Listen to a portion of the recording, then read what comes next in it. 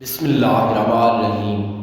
انسان کا نام انسان دل میں زیادہ سے زیادہ سنتا ہے، کیونکہ جب بھی کوئی کسی انسان کو پکارتا ہے تو اس کے نام سے مخاطب ہوتا ہے، اور یوں نام کے پہلے حرف کا آواز انسان کے کان پہ بار بار گر کے انسان کے وجود کے اس مزاج کو چھو لیتا ہے جو اس کی طبیعت کا عکس ہے، تب ہی ہر حرف سے ایک الگ مزاج کا رستہ نکلتا ہے۔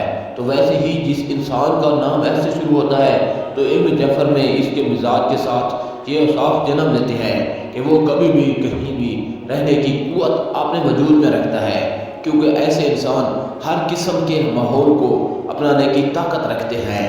سخت سے سخت ماحول ہو، غمی ہو، خوشی ہو، پریشانی ہو، قدرت کی طرف سے ان کو وہ طاقت ملتی ہے کہ یہ تمام چیزوں کو فیس کر کے اپنی زندگی کو آسان بنا سکتے ہیں، لیکن ان کا بھروسہ کرنا ان کو ہرا دیتا ہے۔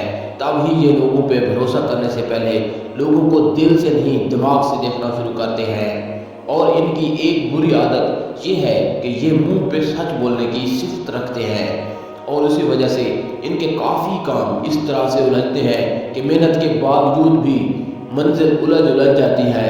اللہ کے کرم سے ان کے اندر ایک ایسی صفت ہے جس کی وجہ سے اللہ کا خاص کرم ان پہ ہوتا ہے، وہ ہے جوڑنے کی صفت، کیونکہ یہ انسانوں کو روٹھا دیکھ کر کوشش میں مگن رہتے ہیں کہ تو دو ناراض لوگوں کو ملا دیں تو بگڑے ہوئے بنا دیں، تب ہی یہ لوگوں کا بھلا کرتے ہیں۔ کافی مرتبہ پریشانیوں کو موڑ لیتے ہیں۔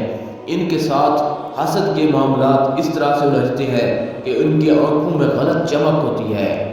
تبھی یہ صبح اٹھتے ہی سورۃ فلق کی آخری آیت کو 27 مرتبہ پڑھ لیں، اور رات کو بھی سونے سے پہلے اس عمل کو کر کے آرام کریں۔